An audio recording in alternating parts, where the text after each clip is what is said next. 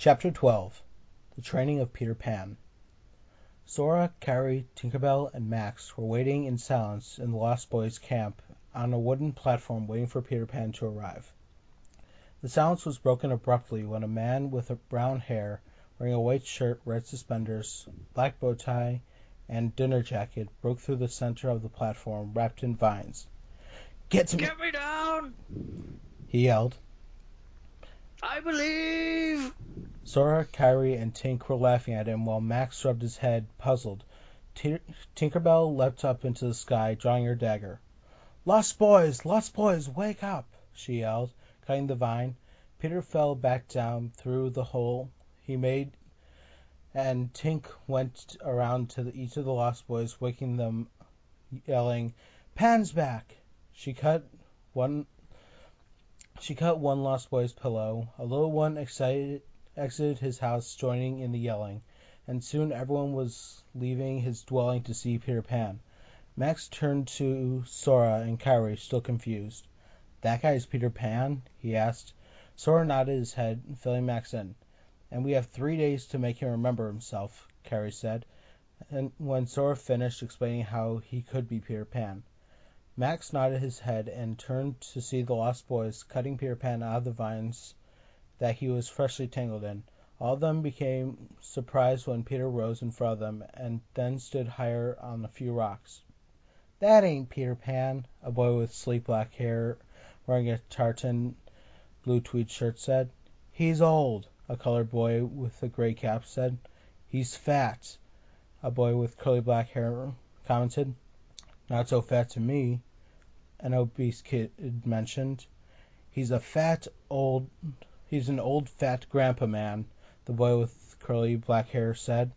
They all whipped their heads around as they heard a horn blowing.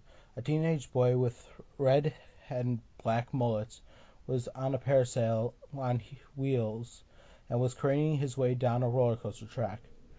Rufio! Rufio! The Lost Boys chanted. Rufio! Rufio leapt off the coaster and onto a suspended swing. He began swinging above the crowd as Peter commented to himself how dangerous that was. Rufio let it go of the swing and landed right in front of Peter, smiling. That is enough! Peter roared. Rufio smirked and drew a brown sword with a coconut hilt. Okay, mister. Sorry.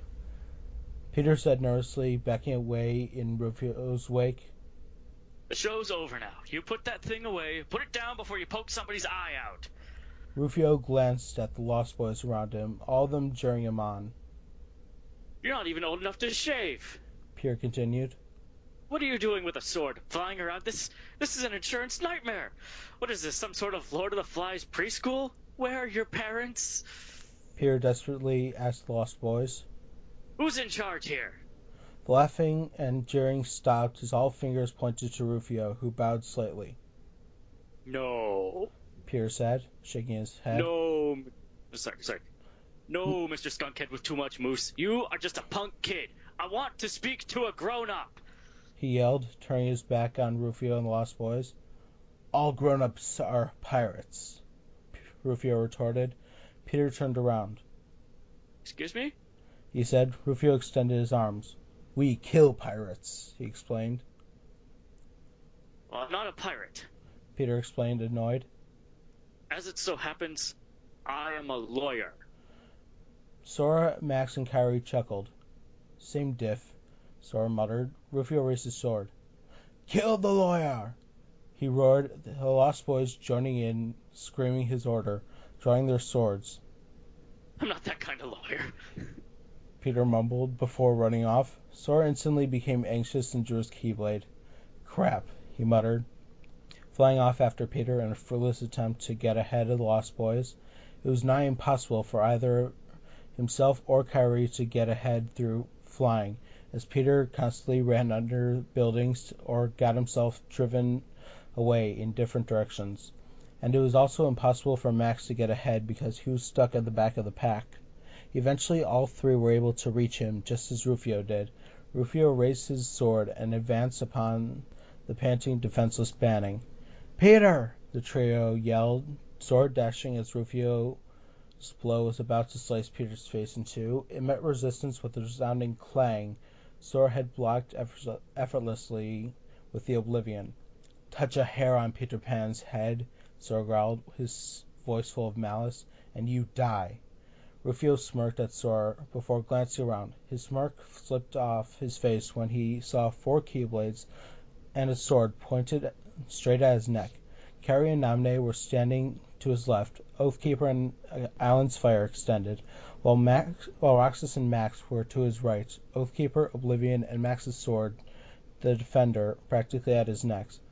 The remainder of the Lost Boys were restrained from sticking from the company with their blades by Tink, who was explaining to them why Peter Pan was back and how he was different from before. Rufio stared at Sora.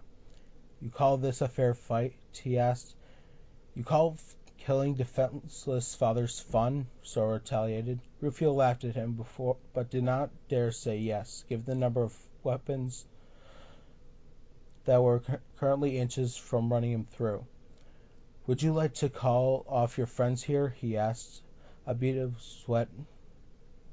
Wait, I think that might have been Pan. Or, wait. No, it's still Rufio. Alright, okay. Would you like to call off your friends here? He asked, a bead of sweat appearing on his brow. Sora grimly nodded at his companions, and they lowered their weapons. Roxas and Namne vanishing. Rufio looked around bewildered. Hey, where'd they go? Sora and Kairi smirked as they tapped their heads with their fingers. Rufio shrugged it off and drew a line in the dirt with the tip of his sword. You can't fly, fight, or crow, he announced to the Lost Boys, meeting Peter. So if any of you say that this here scug ain't Peter Pan, cross the line. Peter got up from his knees and quickly crossed the line to join Rufio. Sora sighed and raised his keyblade. Magnets, he muttered tiredly. Peter suddenly zipped back across the line to his side. You're embarrassing us, Kairi scowled at him.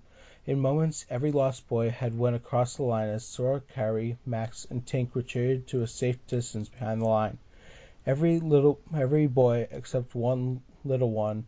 The boy approached Peter and began manipulating his face until he had a smile. Oh, there you are, Peter, he said. Immediately several boys crossed the line and examined him, reaching the same result. The company smiled at him. But Peter, the one with curly ginger hair, remembered, you've grown up. You promised to never grow old. His nose got real big, the sleek-haired one said. Well, the one with curly black hair said. Welcome back to Neverland, Pan the Man. Don't listen to that stinking fairy, that brainless fungus, that weird dog, idiot munchkin, or that. Rufio appeared to be struggling for the right insult for Kairi. Doll, he said triumphantly. Sora and Kairi's eyes hardened exponentially towards Rufio as he finished his rant. I've got plans, Sword. I'm the Pan now. If you think he's going to take it from me, Rufio. Kairi's eyes flashed and flared, pyrotechnics working deep within them as she stared daggers at Rufio. Did you just call my girlfriend doll? Sora snarled, raising the Oblivion. No one had ever called Kairi doll since Bob, and neither of them was fond of those incidents. He was about to charge Rufio in anger when Kairi stayed him with her hand. No, Sora, she objected. He's mine. This time, I teach that punk a lesson. Rufio grinned widely as the boys parted, forgetting about Peter Pan for the moment. Sora inclined his head at Max. 500 money, says Kairi stomps him in under 20 seconds, he muttered. Max raised his arm, watch poised. I have 500 money on Kairi to win in under 20 seconds, he announced like an auctioneer. Do I have any other takers? Instantly, the Lost Boys were in an uproar as they leapt at Max, all placing bets for Rufio to win at various times. Kairi turned her head to Sora. Am I a sideshow attraction now? She asked. Sora shook his head. No, your fight has become one, he explained. Kairi raised an eyebrow at him, and Sora raised his arms in defense. Hey, my bet was just going to be against Max. It's his fault for it becoming this. Okay, Max announced greedily. We have 500 money to say Kairi wins in under 20 seconds, a total of 1,232 money saying Rufio wins. If Kairi wins in over 20 seconds or Rufio wins in under 1 minute, dealer takes all. Tinkerbell gasped at Max. This whole scheme was just for you to take money?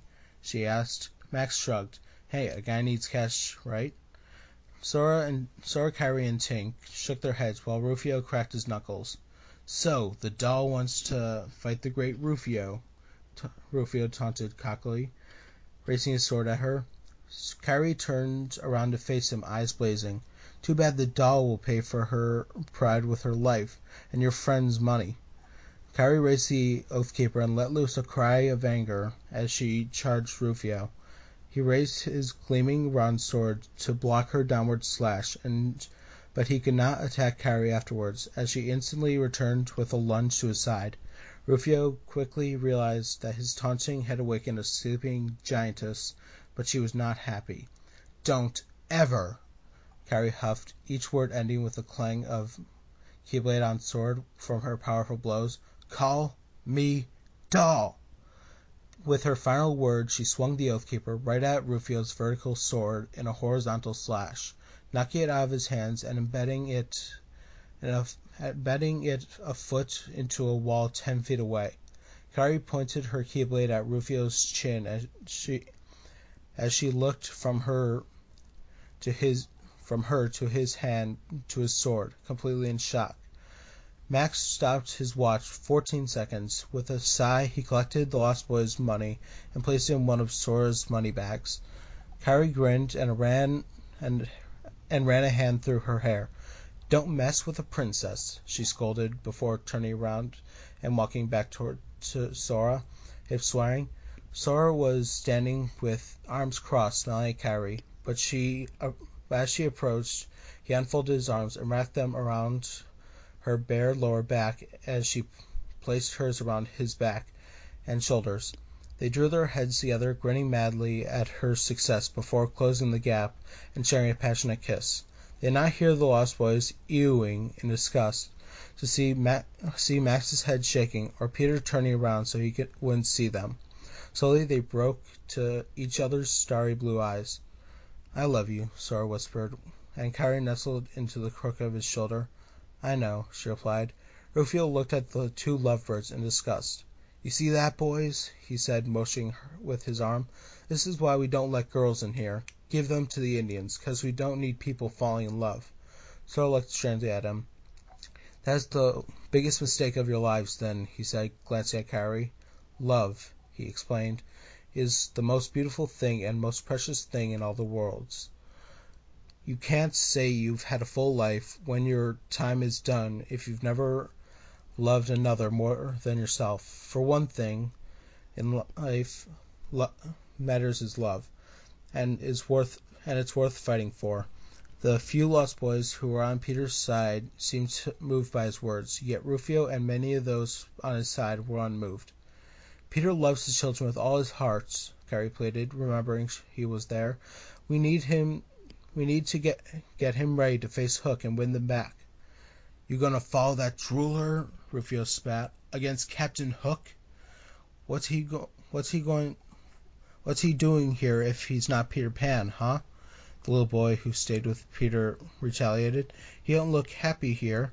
And who are them kids Hook's got? Give him a chance.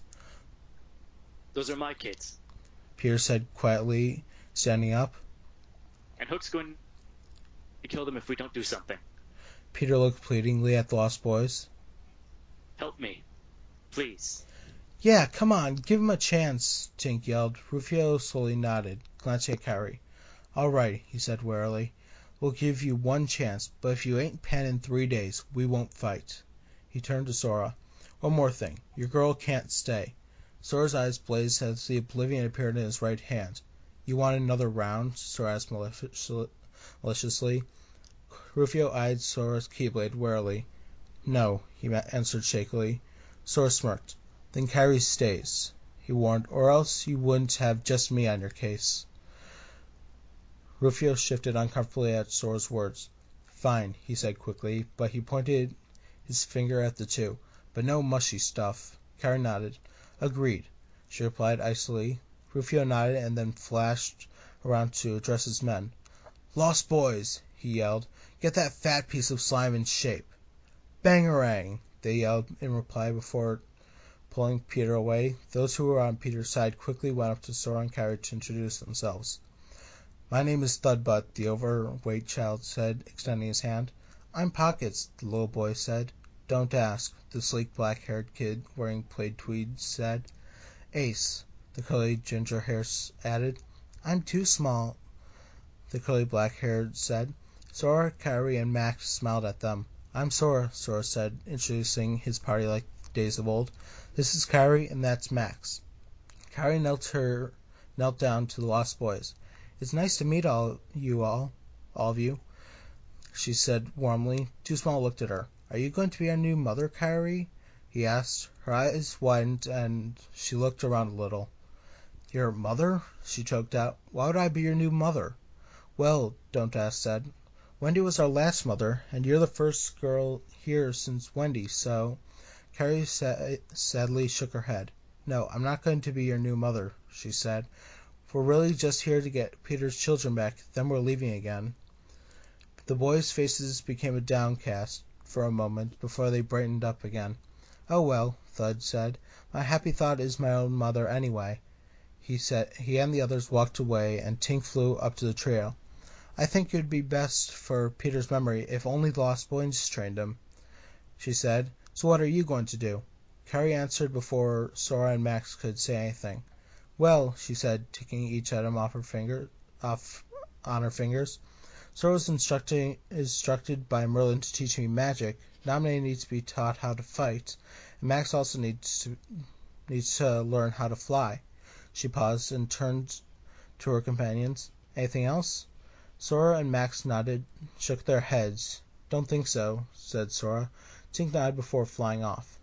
Good luck, then, she called. Roxas and Naminé appeared in a flash. Naminé was holding Island's Fire, its Palpu keychain dangling from the hilt. Roxas was holding a silver keyblade with a golden guard that had a key that had a cutout of Sora's crown in it. I'll grant Naminé, he announced, swinging the kingdom key in front of him. Sora and Kairi grinned. Why are we not surprised? Sora said. I don't know, Naminé replied. She swiftly grabbed Roxas's free hand and ran away with him in tow. Maxis ran after them. Hey, wait up, he called. I'll learn how to fly later. I could use some practice right now. Roxas looked behind him to see Max chasing after them. He sighed and turned to Naminé, who was still leading him on. Looks like we don't get any alone time, Nam, he muttered. She sighed as she came to a stop, her blonde hair swaying.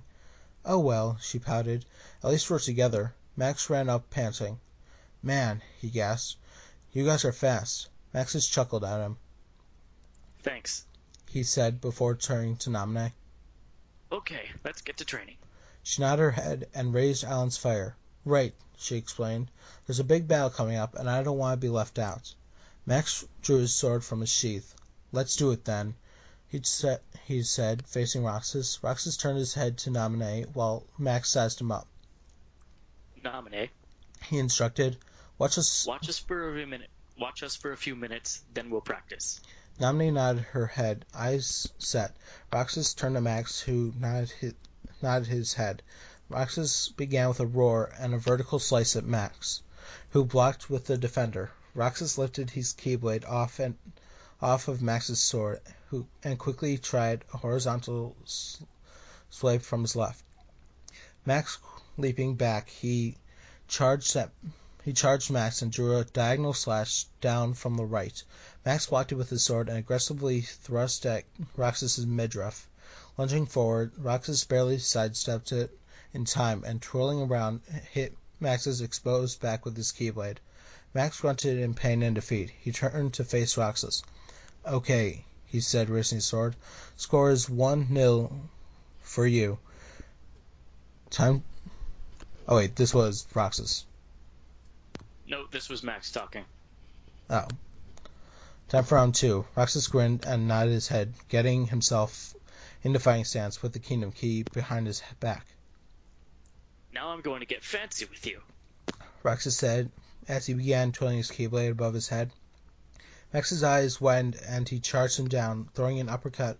Max stopped twirling the keyblade above his head, and as he began twirling his... Max's eyes widened as he charged him down, throwing an uppercut. Roxas stopped twirling the keyblade above his head with a smirk and threw it down at Max's raised blade. With a resounding clang, the Kingdom Key glanced off the defender, and Max slipped past Max under his arm. He deftly sliced at Roxas's back, and as he ran past, the silver blade singing through the air before it made contact with the crimson tip of Island's fire, inches from Roxas's back. Naminé huffed at Max and threw him backwards with her keyblade. With a cry, she executed a horizontal swipe at Max's midriff. Max converted his momentum into a roll and to avoid the strike upon his ribs. Staying crouched, he raised the flat of his sword to block Naminé's falling keyblade. Max strained slightly at the force Naminé was using to try and keep him hunkered down while he devised a strategy.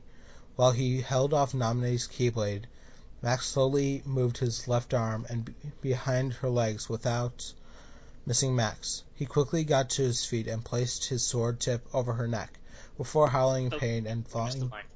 Huh? What?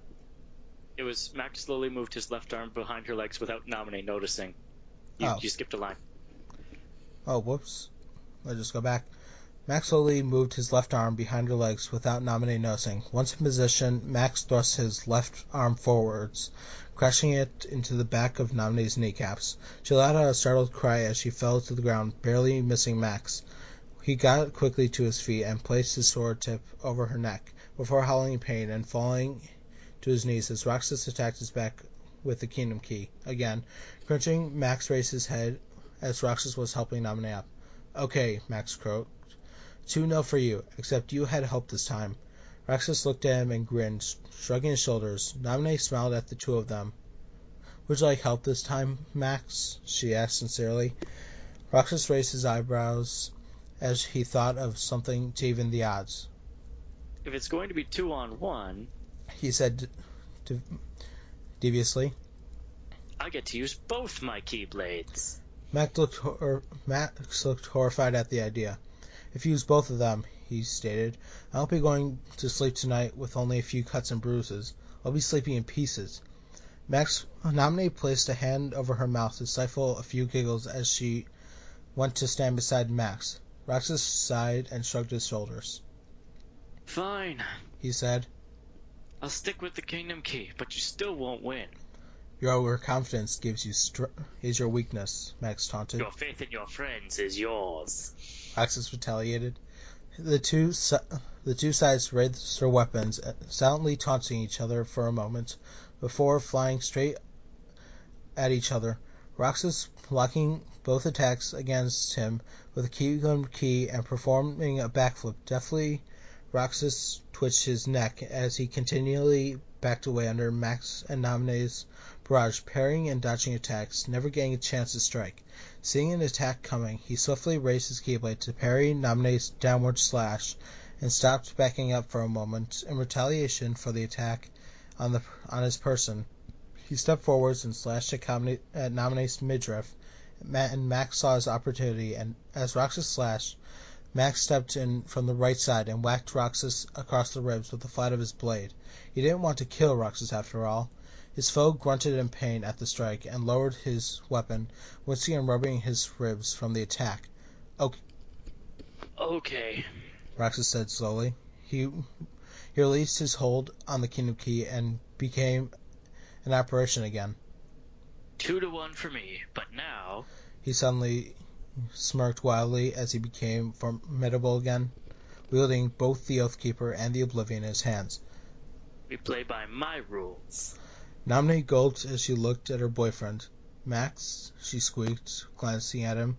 She was She saw he was stealing a glance at her too, and she continued, "We're screwed, aren't we?" Max gulped as beads of sweat appeared on his brow. "Yep," he choked out, nodding his head. Sora and Kairi were standing on a wooden platform that held several scorch marks, patches of ice, and dripping beams. Panting Kairi was holding the Oathkeeper in front of her, and the Oblivion was resting at Sora's side as he was ticking off his fingers. "Okay," he said. "We've done fire, blizzard, water, and thunder, so most of the black magic's done. Would you like to learn a white magic spell now?" He turned to Kairi, and she looked at him puzzled. "White magic?" she asked. Sora nodded. "Black magic is the fighting, destructive kind," he explained. "White is the protective, healing kind, although white magic does include the powerful holy spell, which Merlin used in the Radiant Garden." Kairi was astounded that such a powerful spell could be classified as white magic, yet she shook it off quickly. "I guess cure," she replied after a pause. "That way I won't have to rely on potions or others to heal me." Sora nodded slowly. "A wise choice," he commented before his face grew grim. "I want to warn you, though, the cure spell uses quite a lot of energy to use, and it's best to use a potion first if you have one." "I understand," she said. An expected pause occurred between them as they shifted uncomfortably. "So," Kairi began, unsure of breaking the silence between them, "how exactly do I feel healing?" Sora barked a laugh. "I'm not entirely sure," he said, hanging his head. "Too many possibilities in my mind. Laughter is the best medicine, so they say, so humor maybe?" Sora grabbed his Keyblade and stared at it for a few moments. Kairi looked strangely at him as he raised it and placed it against his arm. "Sora," she asked hurriedly, "what are you—" Her cerulean eyes grew wide in shock as Sora cut himself with the Oblivion. Grunting in pain, he dismissed his Keyblade and eyed Kairi. "There," he said somewhat shakily. "We have an injury. Try to heal it by thinking of humor." "Sora, this isn't a very humorous situation," Kairi gasped at him. Sora's eyes flashed a little. "I had to," he said. "Now do it," he ordered in a deep voice. "Think of something funny." Suddenly he started chuckling. "Think of those goofy yellow tennis shoes I used to wear." Kairi giggled as she remembered those yellow clown shoes he used to wear. "Sora," she giggled, "those were clown shoes, not tennis shoes." He shrugged his shoulders, smirking. "Whatever," he laughed. Kairi attempted to suppress the giggle fit as she raised the Oathkeeper at Sora's cut forearm. "Cure," she said. "Nothing happens." "Guess it wasn't humor." Sora sighed. Kairi began to worry. Sora's cut was bleeding quite fiercely, and if she didn't heal it soon— No, she thought, I won't think about that. Kairi's eyes perked when Sora began to mutter something. "Love's healing embrace," he said, his voice barely audible. "Love's healing embrace." Suddenly his eyes widened in realization. "Of course!" he cried aloud. Suddenly he began shaking his head in his hands, chuckling. "Why couldn't I figure out I loved you sooner, Kairi?" he asked as he raised his head, eyes shining with tears of mirth. Kairi appeared flabbergasted. I don't know," Kairi stuttered. "Should I know?" Sora shook his head and hanged his head slowly. "Because I just realized that every time I cast Cure, I thought of you," he explained joyfully. "Don't you see? Love is what you need to feel to heal. Simply love." Kairi's eyes twinkled. "Love to feel, love to heal?"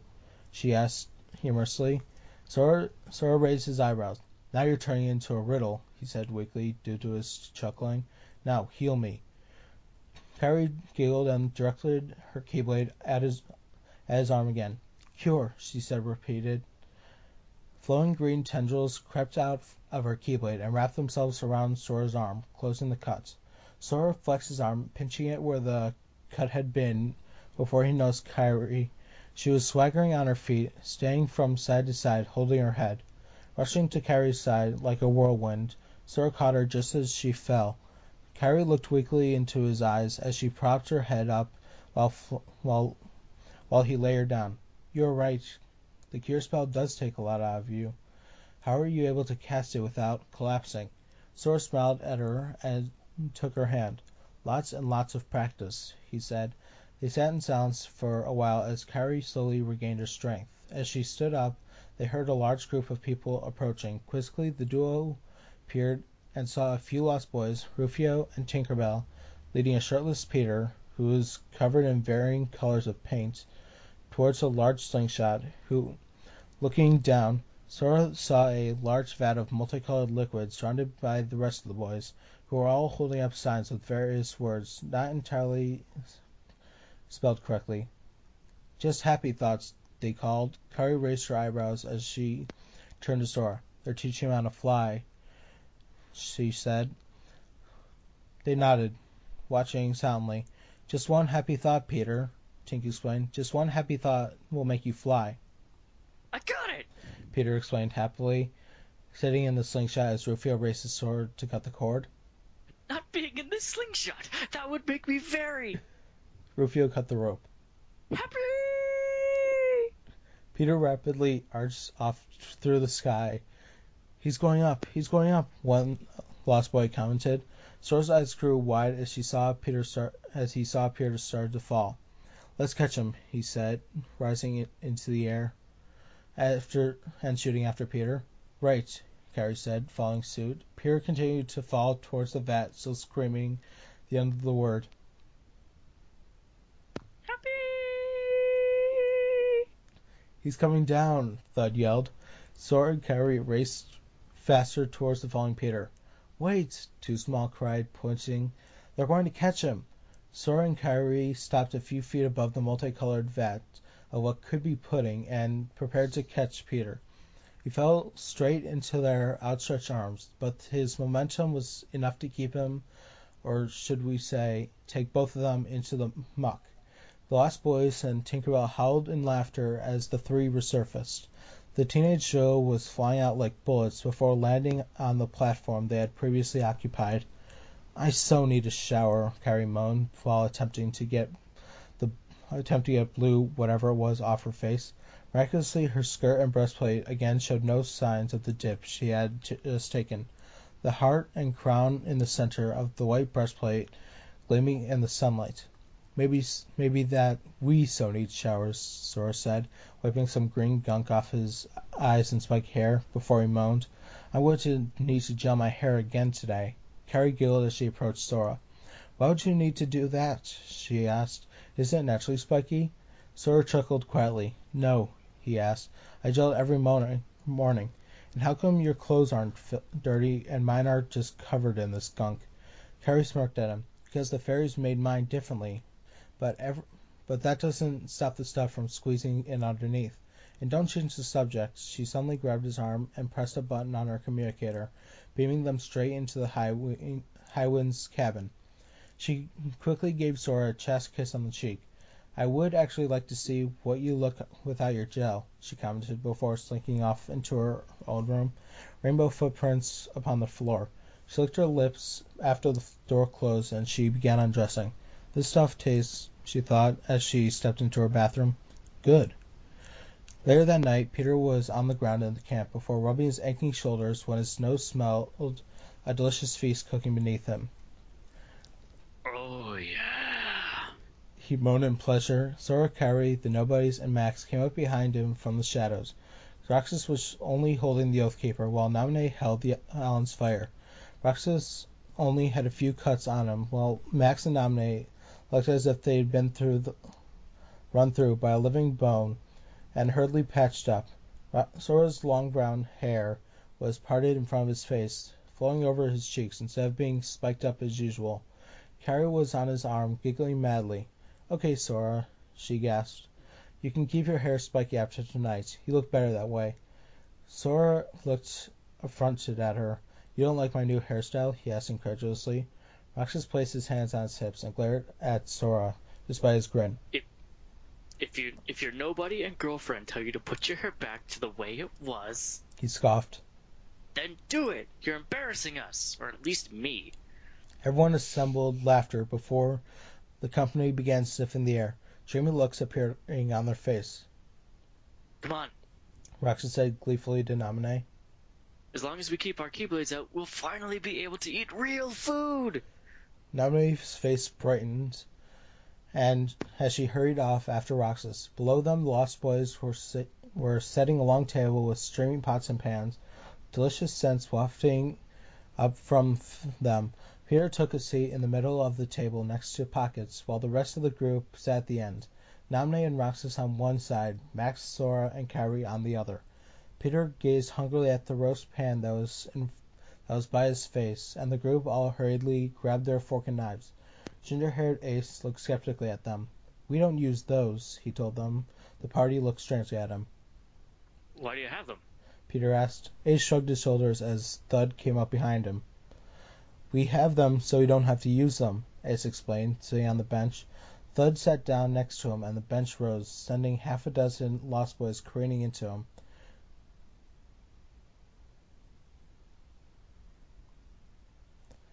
"Don't crowd me," he yelled. Kairi turned to Sora as Lost Boys began yelling at Thud. "They may not use them," she said, "but for priority's sake, I will." "I still will." Sora nodded. "I know, I will too," he said. Thud and Ace and Don't Ask looked at Kairi. "You really are a princess," Thud said. Kairi shrugged her shoulders. "Even though I haven't lived as a princess for the last 8 years, and I can't remember how I lived before then," she explained. Rufio then appeared and sat down next to Thud. He glanced around as all Lost Boys looked expectantly at him. Rufio bowed his head, everyone else following suit. "Everyone say grace," he commanded. "Bless this, O Lord." Peter started, his companions following silently. "Grace!" Lost Boys roared before diving straight at the containers. Sora, Kairi, Naminé, and Max were appalled, while Roxas simply chuckled to himself. "What the?" they gasped quietly. Suddenly the group noticed something about the feast. There was no food. "What the?" Roxas steamed, disappointed and fuming. "If I knew this was the reception I'd get, I would have been back into Sora's head and started cooking my own supper." He dismissed the Oathkeeper he was holding before becoming a specter again, and crossed his arms, fuming. Naminé followed with a similar pose, eyes blazing, chin pounding. Tinkerbell looked at Peter from the lamp she was in. "Eat," she said. Peter looked incredulously at her. "What's the deal?" he asked. "Where's the real food?" "If you can't imagine yourself being Peter Pan, you won't be Peter Pan," she replied. "Now eat up." A light bulb suddenly clicked on in Max's head. "That's it," he muttered. "We can't eat until Peter can. It would make sense." Sora and Kairi nodded. "It does make sense," she replied. Naminé remained fuming in her seat as her stomach growled. "How long will it take, then?" she asked savagely. Peter continued his argument with Tink. "Eat what? There's nothing here," he retorted. "Gandhi hate more than this."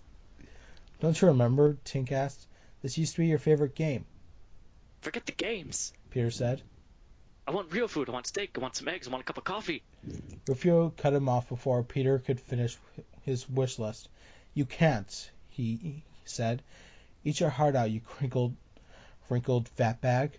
Peter gazed angrily at the teen in front of him. "You're a very ill-mannered young—" "You slug-eating worm," Rufio spat, cutting Peter off. Sora raised his eyebrows. "An insult contest," he whispered before grinning. "I've got a good one." Kairi looked at him questioningly before her attention was brought back to Rufio, and Peter spat.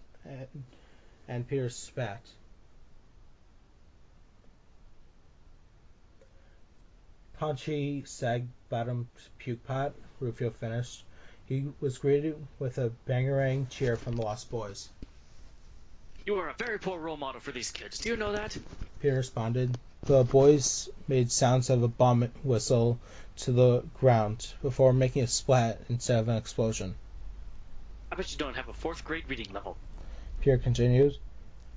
"Hemorrhoidal suck navel," Rufio spat. "Well, maybe a 5th grade reading level," consolidated Peter. The Lost Boys repeated their bomb sound as Sora shook his head. "Boiled, dripping beef farts, sniffling bubble butts," insulted Rufio, whose insult was once again met by a bangarang. "You are a fart factory," he continued. "Slug slime, sack of rat guts, and cat vomit. Cheesy scab pimple-squeezing finger bandage, a week-old maggot burger with everything on it and flies on the side. The Lost Boys howled in disgust, and the party scrunched up their faces, apart from Roxas, who was howling in laughter. It had finally seemed, though, that Peter had enough taunting, as he viciously stood up, glaring at the adolescent adversary. Substitute chemistry teacher? He said. Sora, Kairi, and Max burst out a chuckle while the Lost Boys stood silent. Mung tongue, he retorted, lacking a little of his flair his previous insults had. Math tutor? Peter retaliated. His group chuckled a little more while the boys watched silently, their heads flicking between Peter and Rufio like a tennis rally. Pinhead, Rufio said, his edge gone. Prison barber? Mother lover, Nearsighted gynecologist? Peter answered. Sora and company chuckled at Peter's insult and the insinuation.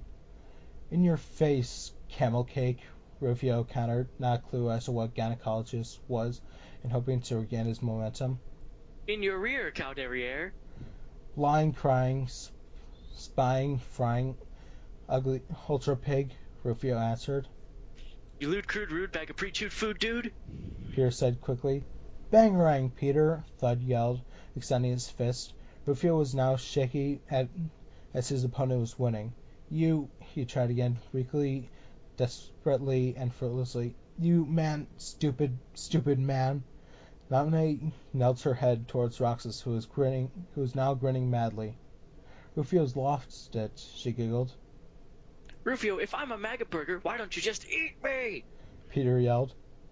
You two-toned, zebra-headed, slime-coated, pimple-farming, paramecium-brained, munching on your own mucus, suffering from Peter Pan envy. Lost Boys were, well, lost. What's a paramecium brain? Desk asked. I'll tell you what a paramecium is. Peter growled, pointing at Rufio. That's a paramecium. It's a one-celled critter with no brain that can't fly. Don't mess with me, man. I'm a lawyer. Peter sat back down, triumphant. Sora turned to Kairi dismally. Peter's got my insult beat, he said. Kairi looked at him questioningly. What was it? She laughed. Sora smiled and took on a fake French accent. I don't want to talk to you no more. An empty-headed animal food trough whopper. I fought in your general direction. Your mother was a hamster, and your father smelt of elderberries. Roxas smirked and spoke up in an English accent. Is there someone else we can talk to? He asked. Sora looked irritably at his nobody. No, now go away or I shall taunt you a second time. He answered, ending with a pronounced sniff. His whole group howled with laughter at what he just said, stopping suddenly when they saw food in front of them. Sora glanced at Peter, whose face was shocked as he stared at the spoon he was holding. It had a multicolored paste on it, the same paste that was now plastered on Rufio's face. Roxas's eyes stared at the table hungrily. There were multicolored cakes, cookies, and pastries, roast beef, blocks of cheese with Lost Boys' faces on them, fruits and vegetable platters, and dozens of other food imaginable. None of them saw Rufio slink away through. Sweet! Roxas exclaimed, pulling the keyblade out and setting on it. Food! Instantaneously, Naminé had followed his example and began piling copious amounts of food on her plate. Quickly, the party ignored all those around them, and as they began to eat and drink. Okay, Kairi relented, biting into what appeared to be a turkey leg. I won't use cutlery for this. Suddenly she spied the pudding. Sora? She asked, nudging him with her elbow. He turned to look at her, his brown hair swaying, a forkful of potatoes halfway into his mouth. Kairi continued pointing at the pudding. Isn't that the same stuff we fell into earlier? Sora looked in the direction she was pointing and nodded when he saw it. It's edible? He asked. Apparently so, Kairi answered. I thought it tasted earlier while I licked my lips earlier. Suddenly the whole table around them erupted into a spontaneous food fight, the rainbow mismatch flying in all directions, caking even Tinkerbell. Sora brought his arm to his lips and began licking the stuff off, eyes widening suddenly as he realized how good it was. He felt his finger scrape across his cheek, and he turned around to see Kairi with her finger in her mouth, eyes glinting mischievously. Sora ran a finger under her chin and brought back to his mouth, grinning. But before they could do anything mushy, as Rufio would call it, they heard Naminé shriek in delight. Turning their heads, they saw their nobodies with their faces together, licking each other's cheeks. Sora and Kairi turned to each other again in shocked. "They stole our idea," Kairi said, playfully outraged. Just then Peter leapt up onto the table to throw some of the pudding, only to be pelted by the food the Lost Boys were throwing. Laughing, he could barely hear Rufio's barely audible taunt.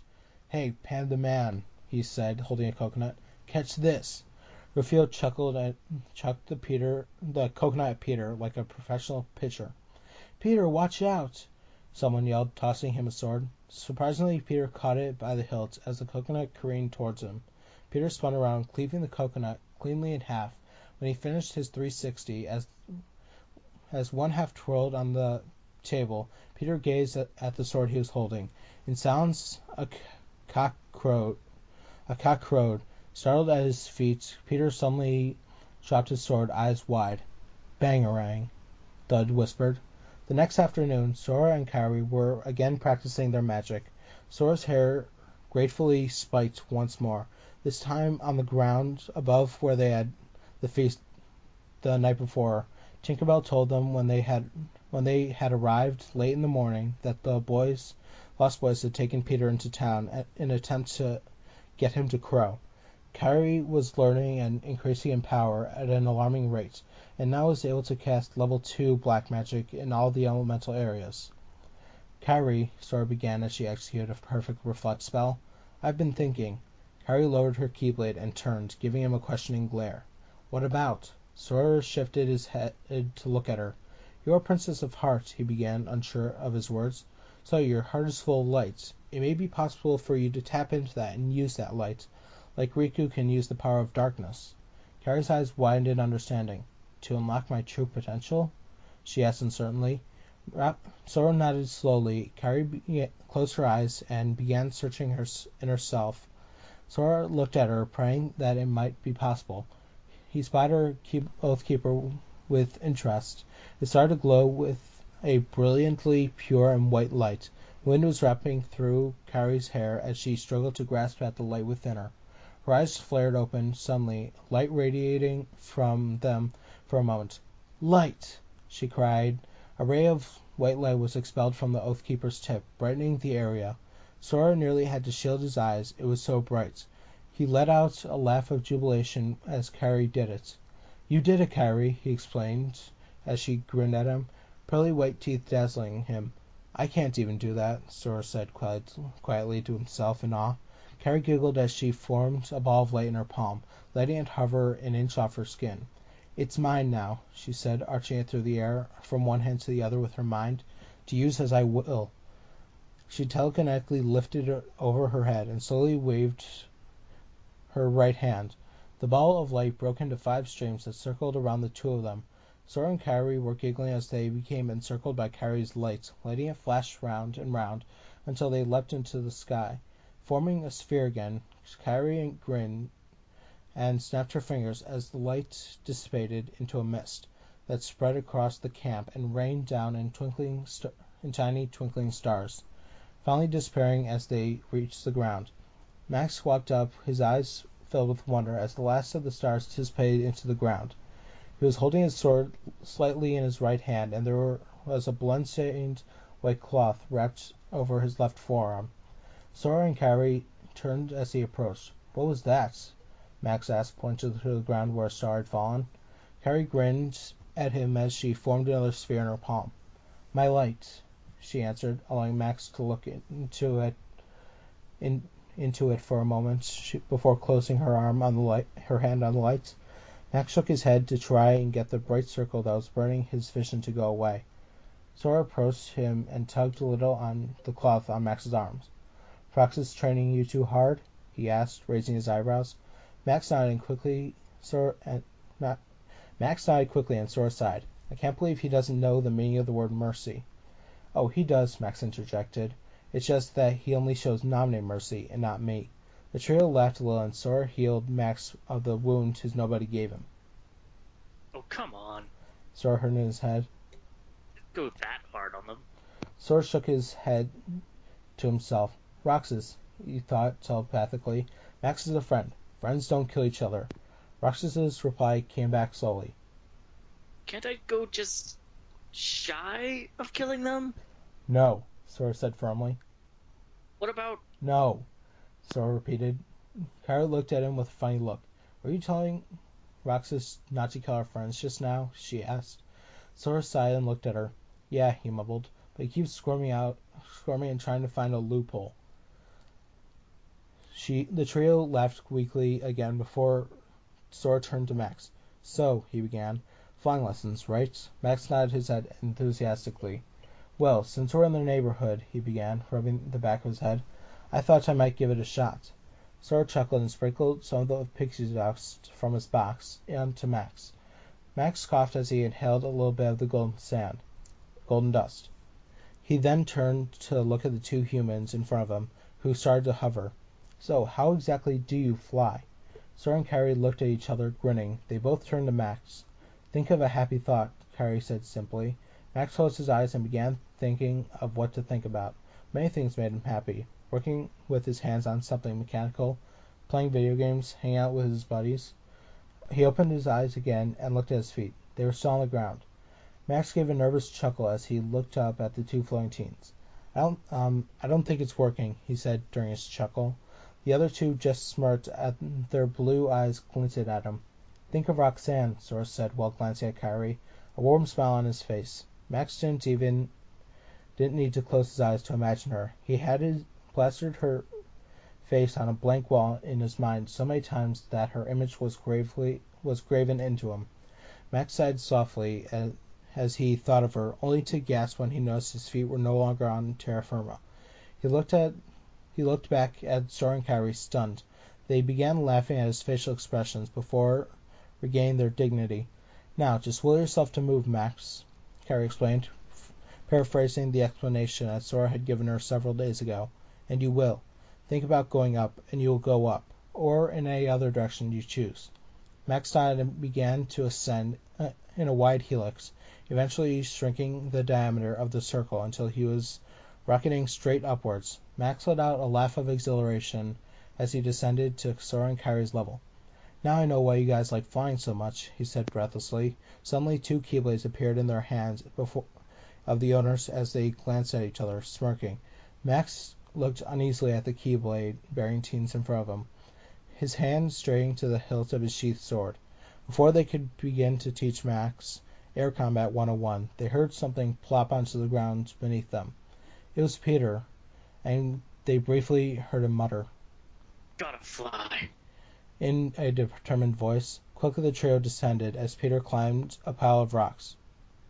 One great big happy thought, Peter said before looking down, dropping a couple of rocks. Less is more. He decided uneasily. Peter threw himself over the edge, yelling, I can!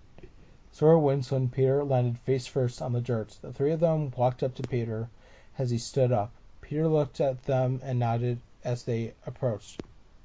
Oh, hey Sora, Kairi, Max. Trying to fight Peter? Kairi asked sympathetically before a white leather ball hurled out of the sky, heading straight for Peter's head. Watch out! Sora yelled as Max ran forward and grabbed the ball inches away from contact. Sora, Kairi, and Max looked at it inquisitively. They had never seen anything like it before, yet the white made it almost resemble Kairi's ball of light. Max looked back from the strange ball and tossed it at Peter, who caught it in his hand. What is it? Max asked. Peter raised his eyebrows at the 3 of them. You've never seen a baseball before? He asked. The 3 teens in front of him shook their heads. Peter shrugged before explaining. Baseball is a sport we play in America. It's played on a diamond-shaped field of shale and a large swath of grass. The shale is called the infield and the grass is the outfield. There are 3 bases around the diamond and home plate at the base. A person stands with the ball on a mound in the center of the diamond and pitches it at another team's player at home plate, who then tries to hit the ball with a bat. If he does, or if the pitcher throws 4 pitches that the batter has no chance of hitting, the batter has to run to first base. If they hit the ball, the team in the field has to try to catch it, or at least get the ball to first base before the runner. If the ball was caught outright, the runner is out. If not, the ball needs to get to the base first. If your team gets 3 outs, the team switch positions. If the batter got a walk, he gets first base free. The runner then has to try and get around the rest of the diamond and back to home plate. If they succeed, their team gets a run. And if the batter hits the ball far enough to get back to home plate before the ball can reach them, it's called a home run, because they ran from home plate back to home plate. If they completely hit the ball out of the park, it's an automatic home run. As he was talking, Peter sat himself down on some rocks near a pool of water, with Sora, Kairi, and Max sitting down in front of him.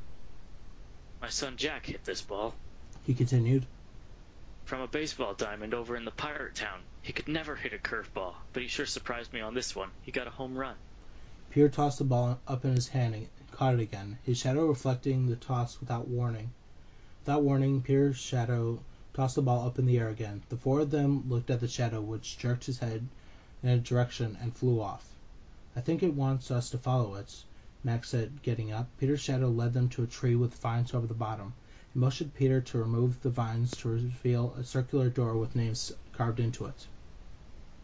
Toodles, Peter said, running his fingers over the names.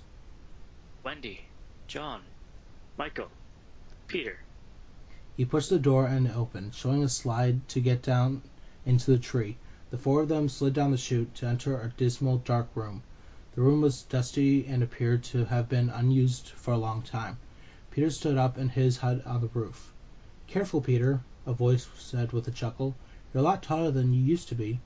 The company peered in the direction of the voice to see Tinker Bell wearing a beautiful pearly silver dress. Like my dress, she said, ruffling it a little. Sora could almost feel his cheeks growing red. If he said yes, Kairi might take offense and think he was flirting with another. If he said no, he would offend Tink. Ah, Roxas said to him, hearing his thoughts. The decisions of the Keyblade Master, ever so challenging. Shut up, Roxas. Sora muted. And aren't you supposed to be training with Naminé? Roxas chuckled to him. Well, who's to say we aren't, Sora? Before Sora could respond to Roxas, Peter saved him from responding to Tinkerbell's question. You look beautiful. Peter said in awe. Tink blushed and baffledly ruffled her dress. What's the occasion? You are, Tink answered. It's a welcome home party. Home? Kairi asked, looking down at the broken room. This was Peter's home? What happened to make this place look like? Max said. Well, this. Hook, Tink replied. He burned it when Peter didn't come back. While she spoke, Peter began looking around the room, stopping at a barrel where he picked up a thimble. Kiss, he said quietly. Wendy. I remember. This is Wendy's house. Noodles and Nibs built it for her. Peter stood and pointed at a rocking chair behind Sora. Wendy used to sit in that chair, he announced. Yes, Tink said in a shallow breath. But it wasn't there. Peter continued, gesturing with his hands. It was here, and we all used to sit around and listen while she darned socks and tell us stories. Tink. Peter said, standing up again and striding across the room. Your apartment was right here. Yes, Tink replied. Sora was amazed at just how much Peter remembered now. Little Michael, Peter said, not stopping. Had his Betty basket right here. John. Peter began looking around, muttering John's name. His hand suddenly touched an object under a cloth as he pulled out a teddy bear. Daddy. Peter said quietly, kissing the bear's forehead. My daddy. Mother used to put him in the pram to keep me company. His face glowed in sudden remembrance. I remember my mother. Peter went on to tell them why and how he came to Neverland, eventually up to where he saw a 13-year-old Moira asleep in her bed. Now that's why it's so hard for you to find a happy thought, Peter, Tink said sympathetically. So many sad memories. Peter kissed Teddy's forehead again. Bye, Teddy, he said, then his eyes grew wide. Not Teddy, he said in realization. Daddy. Daddy! His eyes glazed over as he remembered something in his past. I know now why I left Neverland. I know why I grew up. I wanted to be a father. My Jack. He said, his eyes regaining focus. My happy thought. Peter began laughing as he noticed he was floating several feet above the ground. He accidentally dropped Teddy. I lost it, he declared. Peter began screaming as he hurled towards the ground. Just hold that happy thought, Peter, Tink yelled. Peter's face screwed up in concentration and he stopped, his heels nearly on the dirt. Peter's face beamed in triumph, and he flew upwards. Sora felt a grin spread wide on his cheeks. That's the Peter I know, he said, before seeing the stunned looks on Max and Kairi's faces. Sora waved his hand at the two. Come on, he yelled. Let's fly with the legend. Kairi and Max suddenly sprang up and nodded at Sora, rising with him. The trio rose through the tree's canopy and marched Peter against the sky. Flying like the wind, they soared straight at Peter, who was now somehow wearing his green tights, and flanked him. Peter turned to look at Sora as he flew on his back. Sora! He said in sudden recognition. I remember you now. How are Donald and Goofy doing? Sora chuckled at Peter before answering. They're doing just fine, he said. Right now they're on a mission with the king. Oh, and in case you forgot, this is Goofy's son, Max. Sora motioned with his arm at the figure in the center rear. He then waved his arm at Kairi, who was on Peter's left. And you may or may not remember Kairi. Peter nodded at Kairi and bowed his head. I'm sorry for not staying to help rescue you, Kairi. Peter apologized. But I was a little concerned on saving Wendy. Concentrated on saving Wendy. Kairi giggled at him as they flew through the Lost Boys camp, showing off. Don't worry about it, Kairi said. I'm fine now. The foursome flew into the skateboard basketball place where the gang had kept Rufio from hurting Peter. A crowd of Lost Boys had assembled there, following the flying figures. The crowd suddenly parted as Rufio appeared, carrying a bronze sword with a coconut guard. The teen stood facing Peter for a moment before dropping to his knees, holding the sword in front of him. You are the Pan, Rufio acknowledged weakly. Peter stepped forward and took his sword from Rufio. He drew a line in the dirt. Every Lost Boy crossed to Peter's side, leaving Rufio alone. As he got to his feet, You can fly, the boy began in admiration. You can fight. You can. Peter suddenly crowed like a rooster. Crow. The Lost Boys, Rufio and Peter, began celebrating as Roxas and Naminé walked in to see what all the commotion was about. Seeing the scene, Roxas grinned and called out to the crowd. Prepare for battle, boys! Roxas announced, waving the kingdom key in front of him. Tomorrow we march on Hook! Peter and Rufio and the Lost Boys all shouted in one loud, booming voice.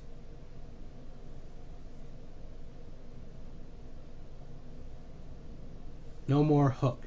Sora and the party nodded their heads. We'll all be ready, Sora declared as Roxas and Naminé became mist. As one, he, Kairi, and Max beamed back up to the ship. Before they could separate ways, Sora grabbed Kairi by the arm and spun her around as Max walked to the simulator. Sora, what? She asked playfully, not expecting it or what Sora was about to say. You mentioned earlier that you'd like to be a mom someday, Kairi. Sora began. Kairi froze and nodded her head nervously. Yes, she said shakily. Sora smiled confidently at her, knowing what she was probably thinking. Yet he wasn't thinking the same thing. He didn't want to do that anytime soon. I'd like to be a dad eventually too, he said quietly before chuckling at Kairi's still nervous face. And by eventually, he added, in a time far longer than 9 months.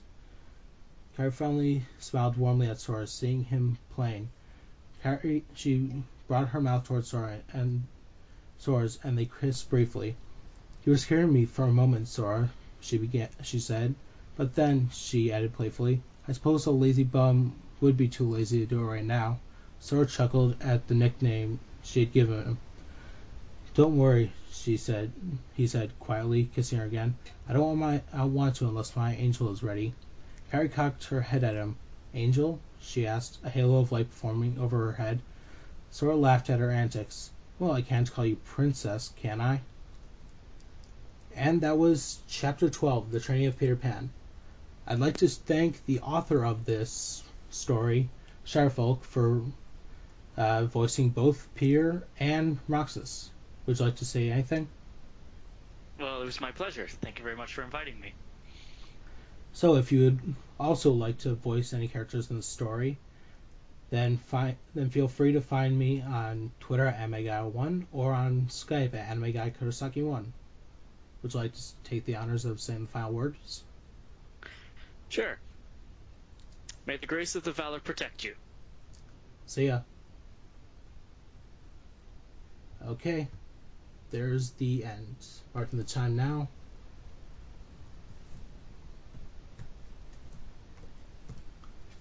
Now that